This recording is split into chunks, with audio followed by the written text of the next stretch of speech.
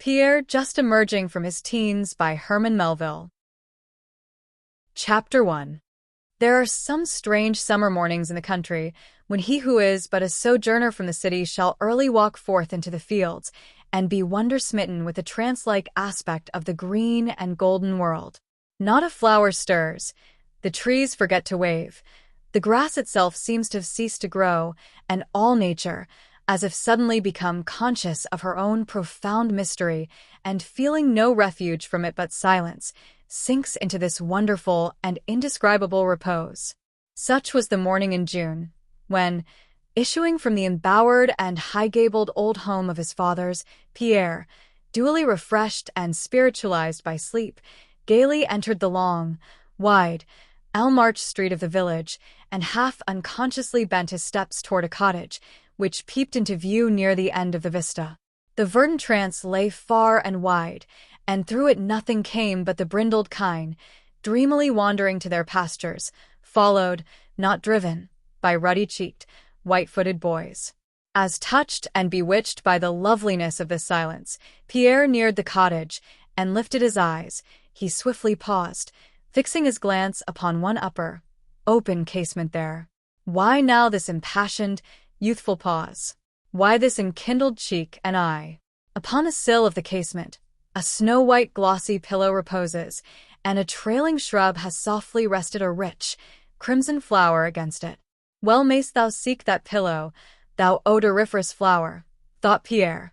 Not an hour ago, her own cheek must have rested there. Lucy. Pierre. As heart rings to heart those voices rang, and for a moment, in the bright hush of the morning, the two stood silently but ardently eyeing each other, beholding mutual reflections of a boundless admiration and love. Nothing but Pierre, laughed the youth at last. Thou hast forgotten to bid me good morning. That would be little. Good mornings, good evenings, good days, weeks, months, and years to thee, Pierre. Bright Pierre? Pierre. Truly, thought the youth, with a still gaze of inexpressible fondness, truly the skies do ope, and this invoking angel looks down. I would return thee thy manifold good mornings, Lucy, did not that presume thou hadst lived through a night, and by heaven, thou belongst to the regions of an infinite day. Fie now, Pierre, why should ye youths always swear when ye love? Because in us love is profane, since it mortally reaches toward the heaven in ye. There thou fliest again, Pierre, thou art always circumventing me so. Tell me, why should ye youths ever show so sweet an expertness in turning all trifles of ours into trophies of yours? I know not how that is, but ever was it our fashion to do. And shaking the casement shrub, he dislodged the flower and conspicuously fastened it in his bosom. I must away now, Lucy. See, under these colors I march. Bravissimo. Oh, my only recruit. Chapter 2. Pierre was the only son of an affluent and haughty widow, a lady who externally furnished a singular example of the preservative and beautifying influences of unfluctuating rank, health, and wealth, when joined to a fine mind of medium culture, uncankered by any inconsolable grief, and never worn by sordid cares. In mature age, the rose still miraculously clung to her cheek. Litheness had not yet completely uncoiled itself from her waist, nor smoothness unscrolled itself from her brow, nor diamondness departed from her eyes. So that when lit up and bediademed by ballroom lights, Mrs. Glendinning still eclipsed far younger charms, and had she chosen to encourage them, would have been followed by a train of infatuated suitors, little less young than her own son Pierre.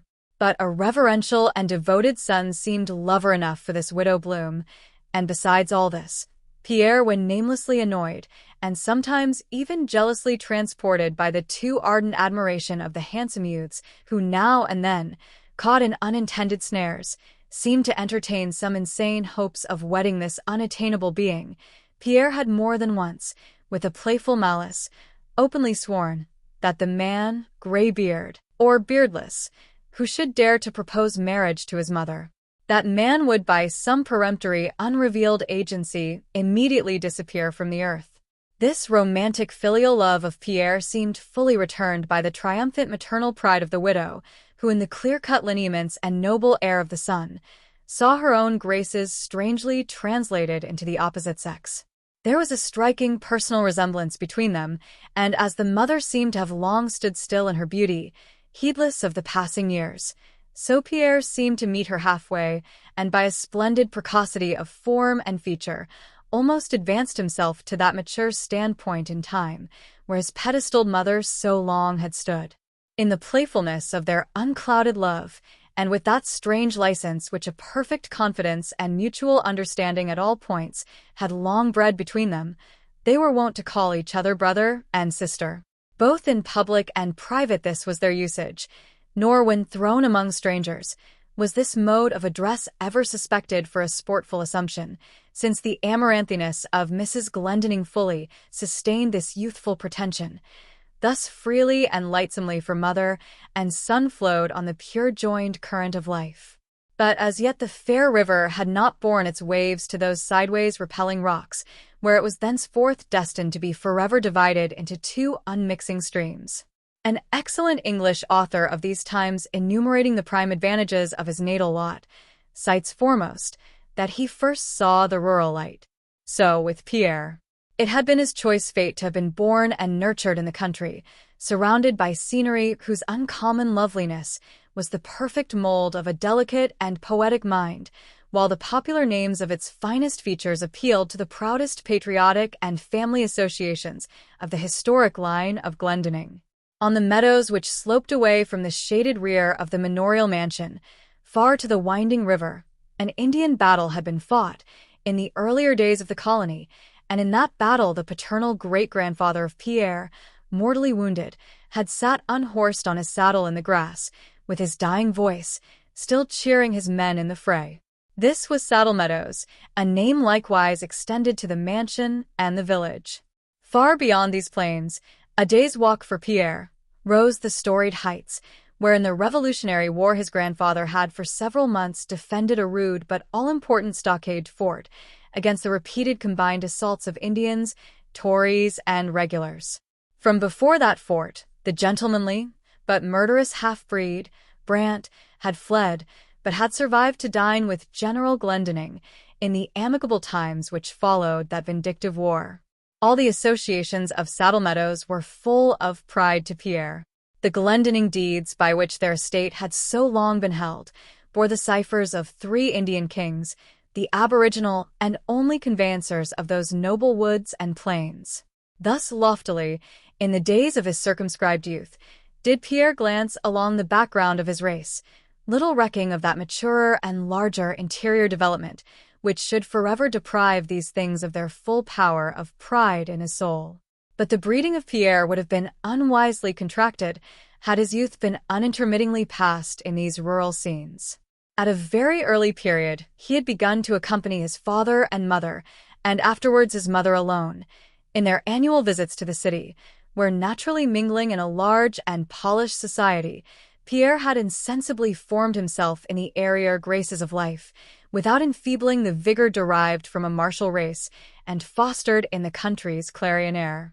Nor, while thus liberally developed in person and manners, was Pierre deficient in a still better and finer culture.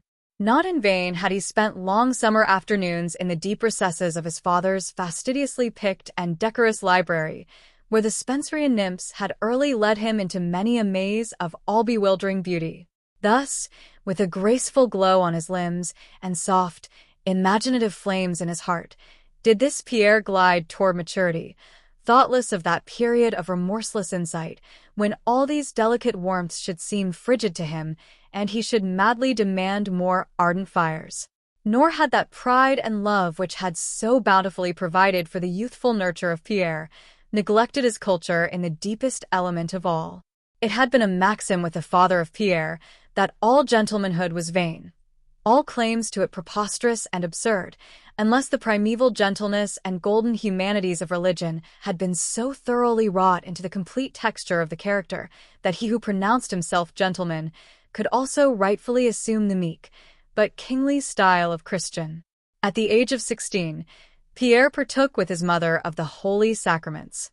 It were needless, and more difficult, perhaps, to trace out precisely the absolute motives which prompted these youthful vows. Enough that as to Pierre had descended the numerous other noble qualities of his ancestors, and as he now stood heir to their forests and farms, so by the same insensible sliding process, he seemed to have inherited their docile homage to a venerable faith which the first Glendinning had brought oversea from beneath the shadow of an English minister. Thus in Pierre was the complete polished steel of the gentleman, girded with religion's silken sash, and his great-grandfather's soldierly fate had taught him that the generous sash should, in the last bitter trial, furnish its wearer with glory's shroud, so that what through life had been worn for grace's sake, in death might safely hold the man. But while thus all alive to the beauty and poesy of his father's faith, Pierre little foresaw that this world hath a secret deeper than beauty, and life some burdens heavier than death. So perfect to Pierre had long seemed the illuminated scroll of his life thus far, that only one hiatus was discoverable by him in that sweetly writ manuscript. A sister had been omitted from the text. He mourned that so delicious a feeling as fraternal love had been denied him. Nor could the fictitious title, which he so often lavished upon his mother, at all supply the absent reality. This emotion was most natural, and the full cause and reason of it even Pierre did not at that time entirely appreciate. For surely a gentle sister is the second best gift to a man, and it is first in point of occurrence, for the wife comes after. He who is sisterless is as a bachelor before his time. For much that goes to make up the deliciousness of a wife already lies in the sister. "Oh, had my father but had a daughter," cried Pierre, "someone whom I might love and protect and fight for if need be. It must be a glorious thing to engage in a mortal quarrel on a sweet sister's behalf. Now, of all things, would to heaven I had a sister." Thus, ere entranced in the gentler bonds of a lover, thus often would Pierre invoke heaven for a sister, but Pierre did not then know that if there be anything a man might well pray against, that thing is the responsive gratification of some of the devoutest prayers of his youth. It may have been that this strange yearning of Pierre for a sister had part of its origin in that still stranger feeling of loneliness he sometimes experienced, as not only the solitary head of his family, but the only surnamed male Glendinning extant.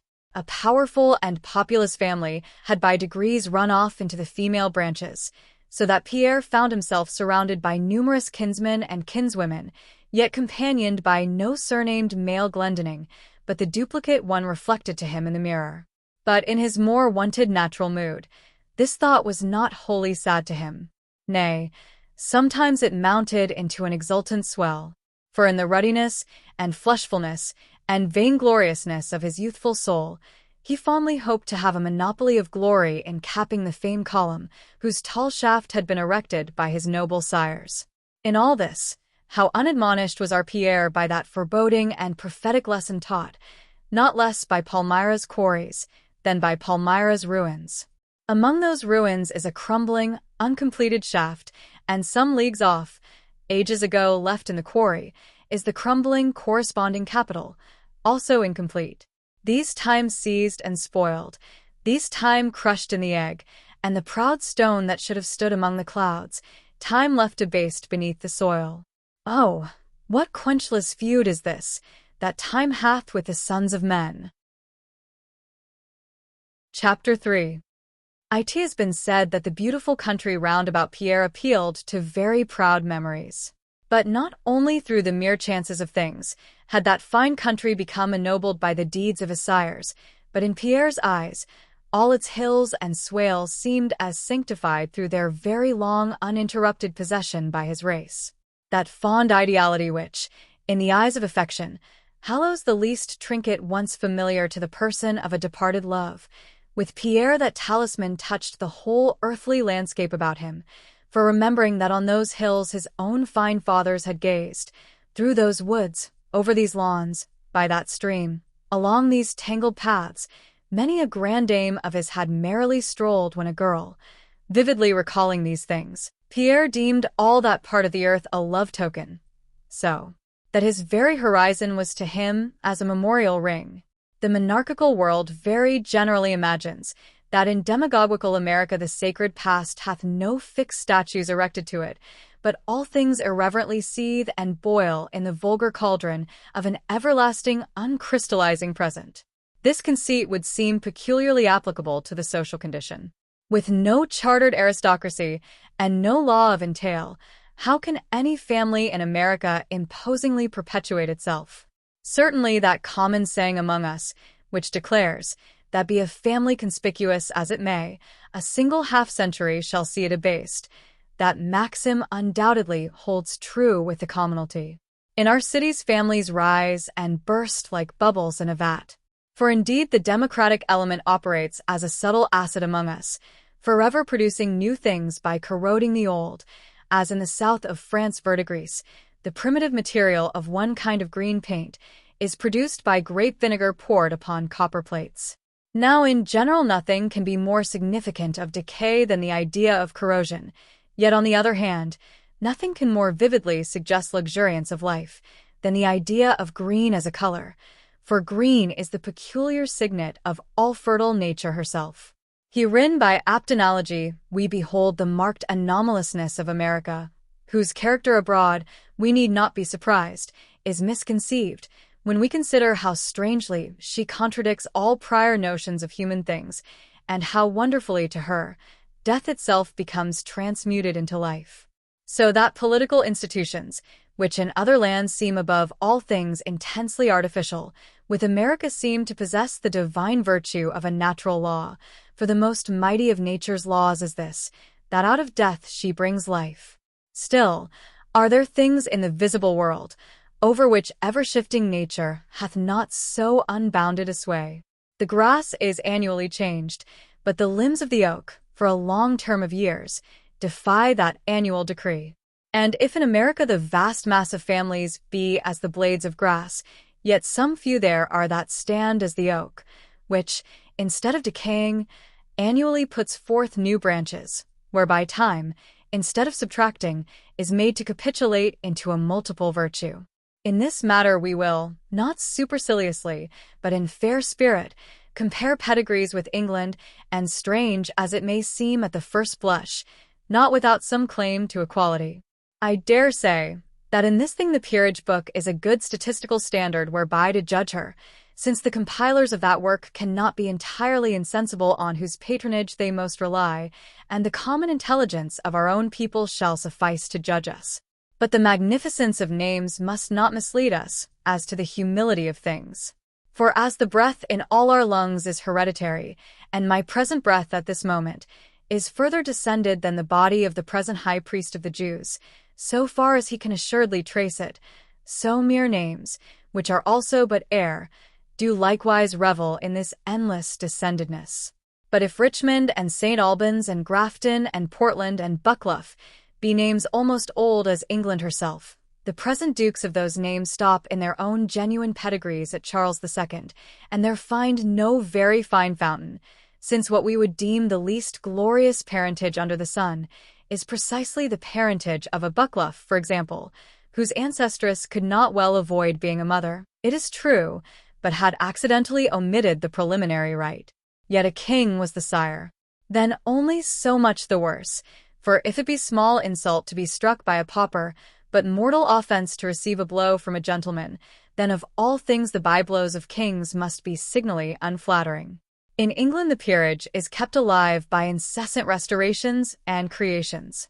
One man, George III, manufactured 522 peers. An earldom, in abeyance for 5 centuries, has suddenly been assumed by some commoner, to whom it had not so much descended, as through the art of the lawyers been made flexibly to bend in that direction. For not Thames is so sinuous in his natural course, not the Bridgewater Canal more artificially conducted, than blood in the veins of that winding or manufactured nobility. Perishable as stubble, and fungus as the fungi, those grafted families successively live and die on the eternal soil of a name.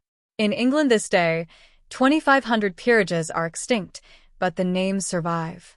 So that the empty air of a name is more endurable than a man, or than dynasties of men.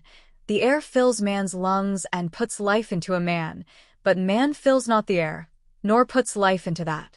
All honor to the names then, and all courtesy to the men, but if St. Albans tell me he is all honorable and all eternal, I must still politely refer him to Nell Gwyn.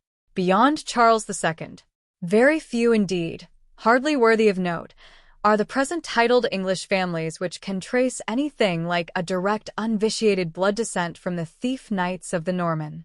Beyond Charles II, their direct genealogies seem vain, as though some Jew-clothes man, with a tea canister on his head, turned over the first chapter of St. Matthew to make out his unmingled participation in the blood of King Saul, who had long died ere the career of the Caesar began. Now, not preliminarily to enlarge upon the fact that, while in England an immense mass of state masonry is brought to bear as a buttress in upholding the hereditary existence of certain houses, while with us nothing of that kind can possibly be admitted, and to omit all mention of the hundreds of unobtrusive families in New England who, nevertheless, might easily trace their uninterrupted English lineage to a time before Charles the Blade, not to speak of the old and Oriental-like English planter families of Virginia and the South, the Randolphs, for example, one of whose ancestors, in King James' time, married Pocahontas the Indian princess, and in whose blood therefore an underived aboriginal royalty was flowing over 200 years ago. Consider those most ancient and magnificent Dutch manors at the north, whose perches are miles, whose meadows overspread adjacent countries, and whose haughty rent deeds are held by their 1,000 farmer tenants so long as grass grows and water runs, which hints of a surprising eternity for a deed, and seem to make lawyers' ink unobliterable as the sea.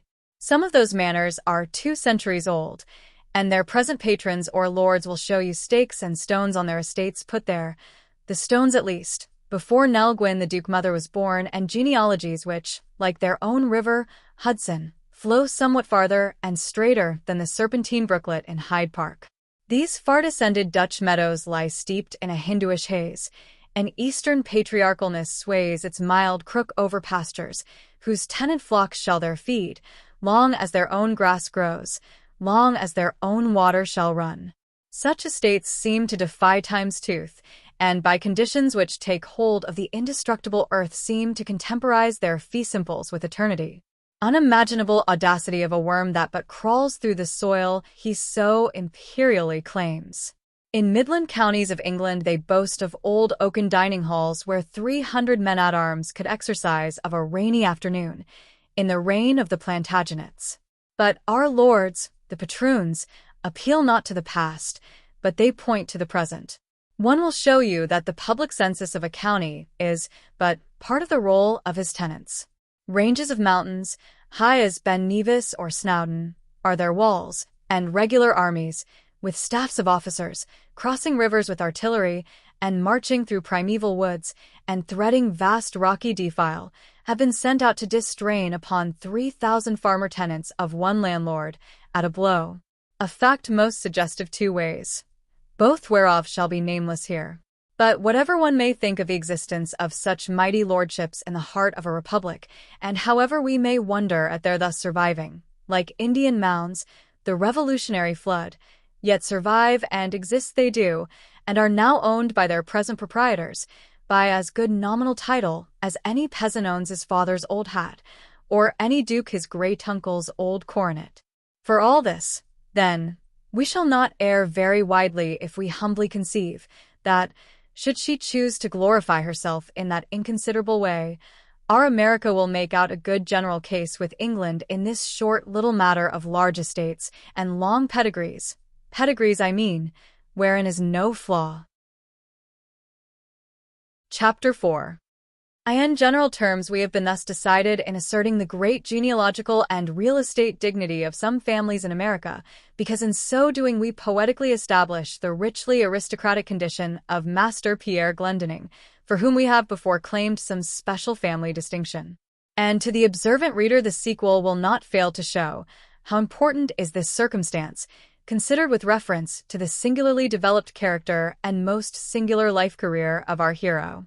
Nor will any man dream that the last chapter was merely intended for a foolish bravado, and not with a solid purpose in view.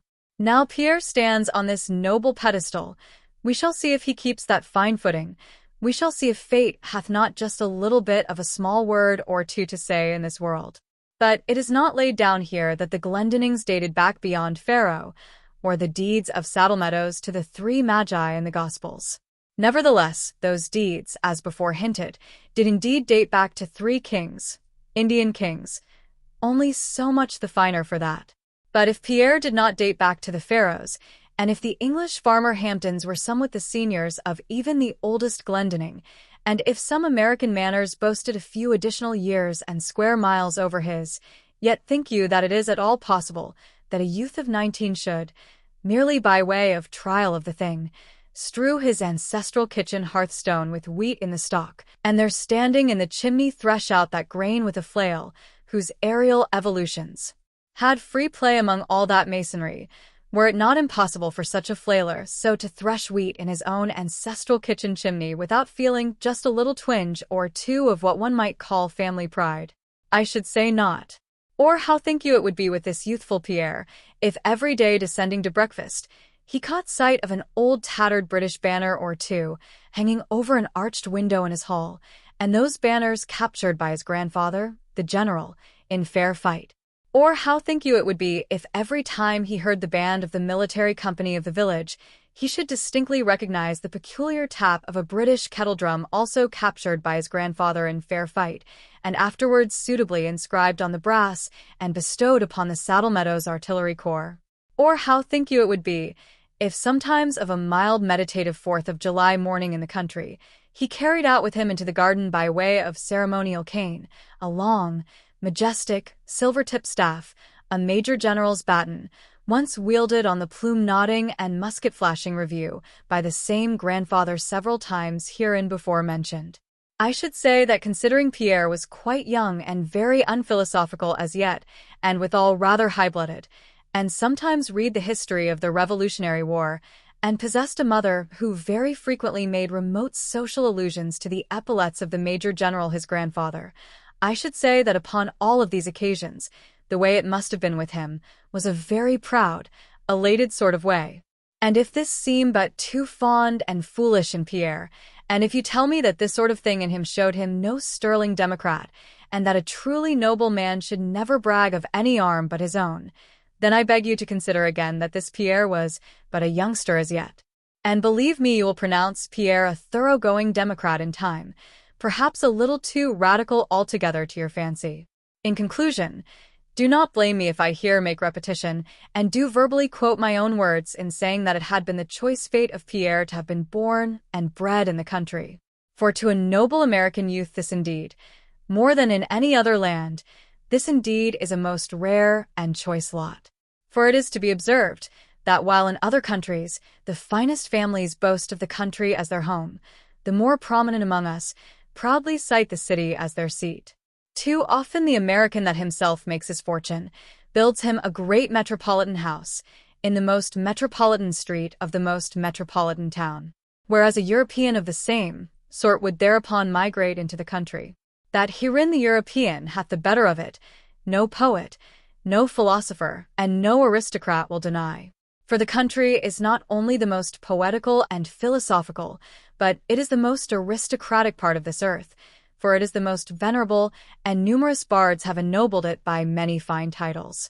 Whereas the town is the more plebeian portion, which, besides many other things, is plainly evinced by the dirty, unwashed face perpetually worn by the town, but the country, like any queen, is ever attended by scrupulous ladies' maids in the guise of the seasons, and the town hath but one dress of brick turned up with stone, but the country hath a brave dress for every week in the year. Sometimes she changes her dress 24 times in the 24 hours, and the country weareth her sun by day as a diamond on a queen's brow, and the stars by night as necklaces of gold beads, whereas the town sun is smoky paste and no diamond, and the town stars are pinchbeck and not gold. In the country then nature planted our Pierre, because nature intended a rare and original development in Pierre. Never mind if hereby she proved ambiguous to him in the end. Nevertheless, in the beginning she did bravely. She blew her wind clarion from the blue hills, and Pierre neighed out lyrical thoughts, as at the trumpet blast, a warhorse paws himself into a lyric of foam. She whispered through her deep groves at eve, and gentle whispers of humaness and sweet whispers of love ran through Pierre's thought veins, musical as water over pebbles. She lifted her spangled crest of a thickly starred night, and forth at that glimpse of their divine captain and lord, 10,000 mailed thoughts of heroicness started up in Pierre's soul, and glared round for some insulted good cause to defend. So the country was a glorious benediction to young Pierre. We shall see if that blessing passed from him, as did the divine blessing from the Hebrews. We shall yet see again, I say, whether fate hath not just a little bit of a word or two to say in this world. We shall see whether this wee little bit scrap of Latinity be very far out of the way. Nemo contra deum nisi deus ipsi. Chapter 5. Sister Mary, said Pierre, returned from his sunrise stroll and tapping at his mother's chamber door. Do you know, Sister Mary, that the trees which have been up all night are all abroad again this morning before you? Do you not smell something like coffee, my sister? A light step moved from within toward the door, which opened, showing Mrs. Glendinning in a resplendently cheerful morning robe and holding a gay wide ribbon in her hand. Good morning, madam, said Pierre, slowly and with a bow, whose genuine and spontaneous reverence amusingly contrasted with the sportive manner that had preceded it. For thus sweetly and religiously was the familiarity of his affections bottomed on the profoundest filial respect. Good afternoon to you, Pierre, for I suppose it is afternoon. But come, you shall finish my toilette. Here, brother, reaching the ribbon. Now acquit yourself bravely, and seating herself away from the glass, she awaited the good offices of Pierre. First lady in waiting to the Dowager Duchess Glendinning, laughed Pierre, as bowing over before his mother, he gracefully passed the ribbon round her neck, simply crossing the ends in front. Well, what is to hold it there, Pierre? I am going to try and tack it with a kiss, sister. There. Oh, what a pity that sort of fastening won't always hold. Where's the cameo with the fawns I gave you last night? Ah, on the slab. You are going to wear it then? Thank you, my considerate and most politic sister. There. But stop, here's a ringlet gone romping, so now, dear sister, give that Assyrian toss to your head. The haughtily happy mother rose to her feet, and as she stood before the mirror to criticize her son's adornings, Pierre, noticing the straggling tie of her slipper, knelt down and secured it. And now for the urn, he cried, Madam, and with a humorous gallantry, offering his arm to his mother, the pair descended to breakfast. With Mrs. Glendinning it was one of those spontaneous maxims, which women sometimes act upon without ever thinking of, never to appear in the presence of her son in any dishabille that was not eminently becoming. Her own independent observation of things had revealed to her many very common maxims, which often become operatively lifeless from a vicarious reception of them. She was vividly aware how immense was that influence, which, even in the closest ties of the heart, the merest appearances make upon the mind. And as in the admiring love and graceful devotion of Pierre lay now her highest joy in life, so she omitted no slightest trifle which could possibly contribute to the preservation of so sweet and flattering a thing. Besides all this, Mary Glendinning was a woman, and with more than the ordinary vanity of women, if vanity it can be called, which in a life of nearly 50 years had never betrayed her into a single published impropriety, or caused her one known pang at the heart. Moreover, she had never yearned for admiration, because that was her birthright by the eternal privilege of beauty. She had always possessed it. She had not to turn her head for it, since spontaneously it always encompassed her. Vanity, which in so many women approaches to a spiritual vice, and therefore to a visible blemish, in her peculiar case, and though possessed in a transcendent degree, was still the token of the highest health, inasmuch as never knowing what it was to yearn for its gratification, she was almost entirely unconscious of possessing it at all. Many women carry this light of their lives flaming on their foreheads, but Mary Glendinning unknowingly bore hers within. Through all the infinite traceries of feminine art, she evenly glowed like a vase which, internally illuminated, gives no outward sign of the lighting flame, but seems to shine by the very virtue of the exquisite marble itself. But that bluff corporeal admiration, with which some ballroom women are content, was no admiration to the mother of Pierre. Not the general homage of men, but the selected homage of the noblest men, was what she felt to be her appropriate right. And as her own maternal partialities were added to and glorified the rare and absolute merits of Pierre, she considered the voluntary allegiance of his affectionate soul the representative fealty of the choicest guild of his race. Thus, though replenished through all her veins with the subtlest vanity, with the homage of Pierre alone, she was content. But as to a woman of sense and spirit, the admiration of even the noblest and most gifted man is esteemed as nothing, so long as she remains conscious of possessing no directly influencing and practical sorcery over his soul, and as notwithstanding all his intellectual superiority to his mother, Pierre, through the unavoidable weakness of inexperienced and unexpanded youth, was strangely docile to the maternal tuitions in nearly all the things which thus far had anyways interested or affected him. Therefore it was that to Mary Glendinning this reverence of Pierre was invested with all the proudest delights and witcheries of self-complacency which it is possible for the most conquering virgin to feel.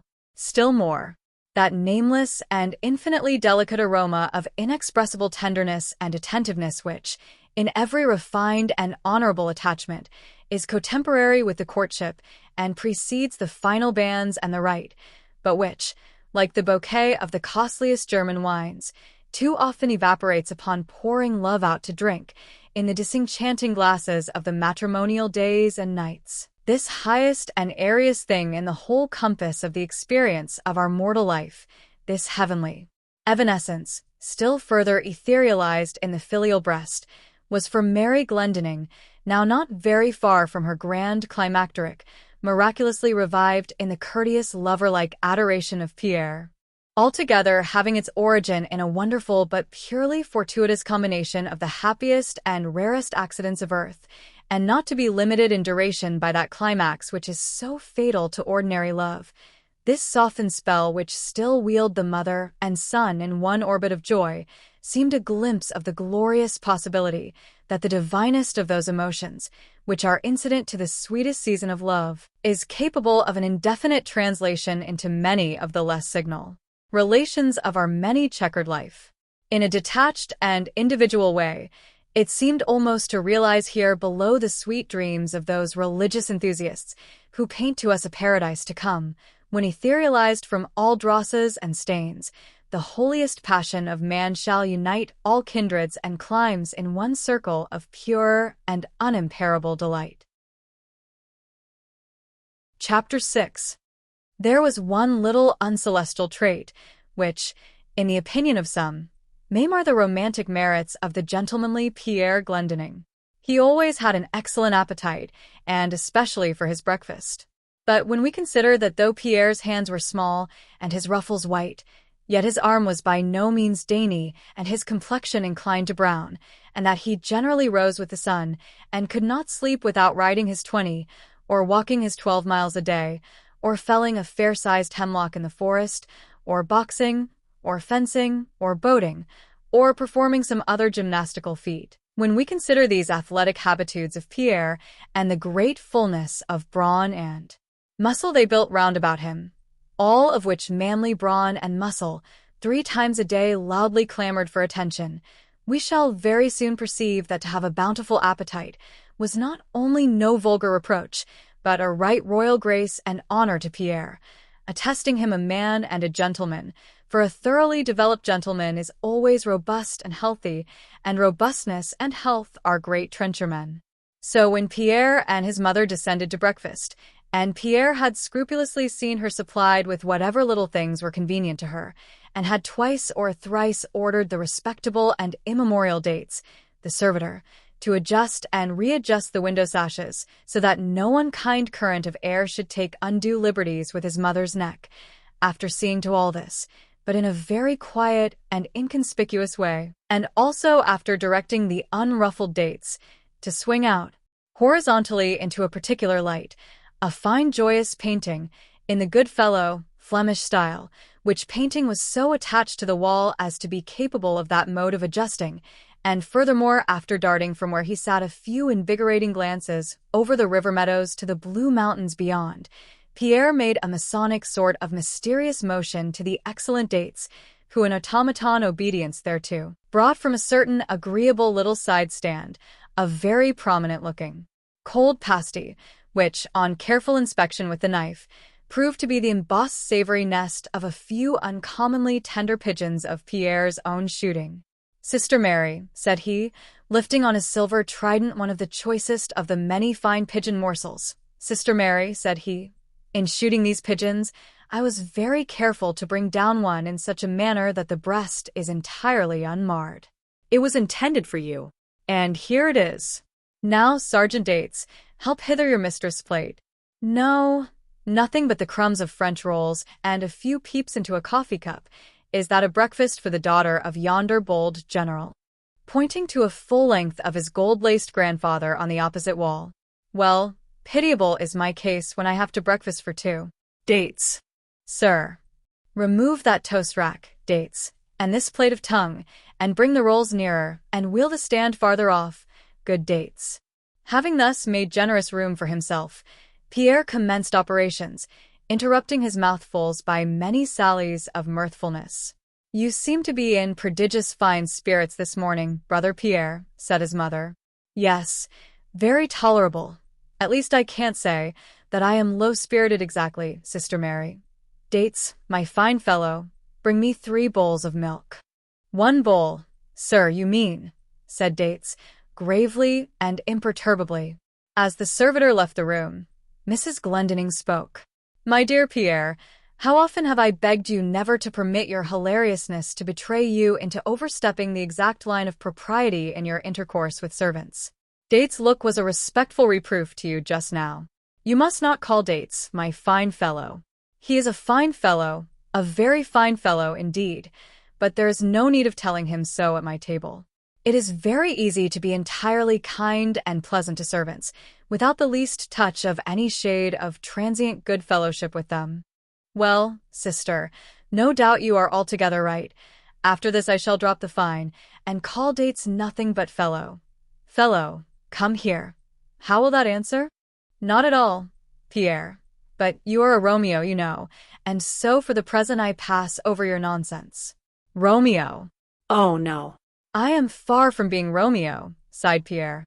"I laugh, but he cried, 'Poor Romeo! Alas, Romeo! Woe is me, Romeo! He came to a very deplorable end, did Romeo, Sister Mary. It was his own fault, though. Poor Romeo! He was disobedient to his parents. Alas, Romeo! He married against their particular wishes. Woe is me, Romeo! But you, Pierre, are going to be married before long, I trust, not to a Capulet, but to one of our own Montagues, and so Romeo's evil fortune will hardly be yours. You will be happy. The more miserable Romeo. Don't be so ridiculous, brother Pierre. So, you are going to take Lucy that long ride among the hills this morning? She is a sweet girl, a most lovely girl." "Yes, that is rather my opinion, Sister Mary. By heavens, mother, the 5 zones hold not such another. She is, yes, though I say it, Dates. He's a precious long time getting that milk. Let him stay. Don't be a milksop, Pierre." "Ha, my sister is a little satirical this morning. I comprehend. Never rave, Pierre, and never rant. Your father never did either, nor is it written of Socrates, and both were very wise men. Your father was profoundly in love, that I know to my certain knowledge, but I never heard him rant about it. He was always exceedingly gentlemanly, and gentlemen never rant. Milksops and Muggletonians rant, but gentlemen never. Thank you, sister. There, put it down, Dates. Are the horses ready?" "Just driving round, sir, I believe." "Why, Pierre," said his mother, glancing out at the window, "are you going to Santa Fe to Bogota with that enormous old phaeton? What do you take that juggernaut out for?" "Humor, sister, humor. I like it because it's old-fashioned, and because the seat is such a wide sofa of a seat, and finally, because a young lady by the name of Lucy Tartan cherishes a high regard for it. She vows she would like to be married in it. Well, Pierre, all I have to say is, Be sure that Christopher puts the coach hammer and nails and plenty of cords and screws into the box. And you had better let him follow you in one of the farm wagons, with a spare axle and some boards. No fear, sister, no fear. I shall take the best of care of the old Phaeton. The quaint old arms on the panel always remind me who it was that first rode in it. I am glad you have that memory, Brother Pierre. And who it was that next rode in it. Bless you. God bless you, my dear son. Always think of him, and you can never err. Yes, always think of your dear perfect father, Pierre. Well, kiss me now, dear sister, for I must go. There. This is my cheek, and the other is Lucy's, though now that I look at them both, I think that hers is getting to be the most blooming. Sweeter dews fall on that one, I suppose. Pierre laughed and ran out of the room, for old Christopher was getting impatient. His mother went to the window and stood there. A noble boy, and docile, she murmured. He has all the frolicsomeness of youth, with little of its giddiness. And he does not grow vainglorious in sophomorean wisdom. I thank heaven I sent him not to college. A noble boy and docile. A fine, proud, loving, docile, vigorous boy. Pray God, he never becomes otherwise to me. His little wife, that is to be, will not estrange him from me, for she too is docile, beautiful and reverential, and most docile. Seldom yet have I known such blue eyes as hers, that were not docile, and would not follow a bold black one, as two meek blue ribbondews follow their martial leader. How glad am I that Pierre loves her so, and not some dark-eyed haughtiness, with whom I could never live in peace, but who would be ever setting her young married state before my elderly widowed one, and claiming all the homage of my dear boy, the fine, proud, loving, docile, vigorous boy, the lofty-minded, well-born, noble boy, and with such sweet docilities. See his hair. He does in truth illustrate that fine saying of his father's, that as the noblest colts, in 3 points, abundant hair, swelling chest, and sweet docility, should resemble a fine woman, so should a noble youth. Well, goodbye, Pierre, and a merry morning to you. So saying, she crossed the room, and, resting in a corner, her glad proud eye met the old general's baton, which the day before in one of his frolic moods Pierre had taken from its accustomed place in the pictured bannered hall. She lifted it, and musingly swayed it to and fro, then paused, and staff-wise rested with it in her hand. Her stately beauty had ever somewhat martial in it, and now she looked the daughter of a general, as she was, for Pierre's was a double revolutionary descent. On both sides he sprang from heroes. This is his inheritance, this symbol of command, and I swell out to think it.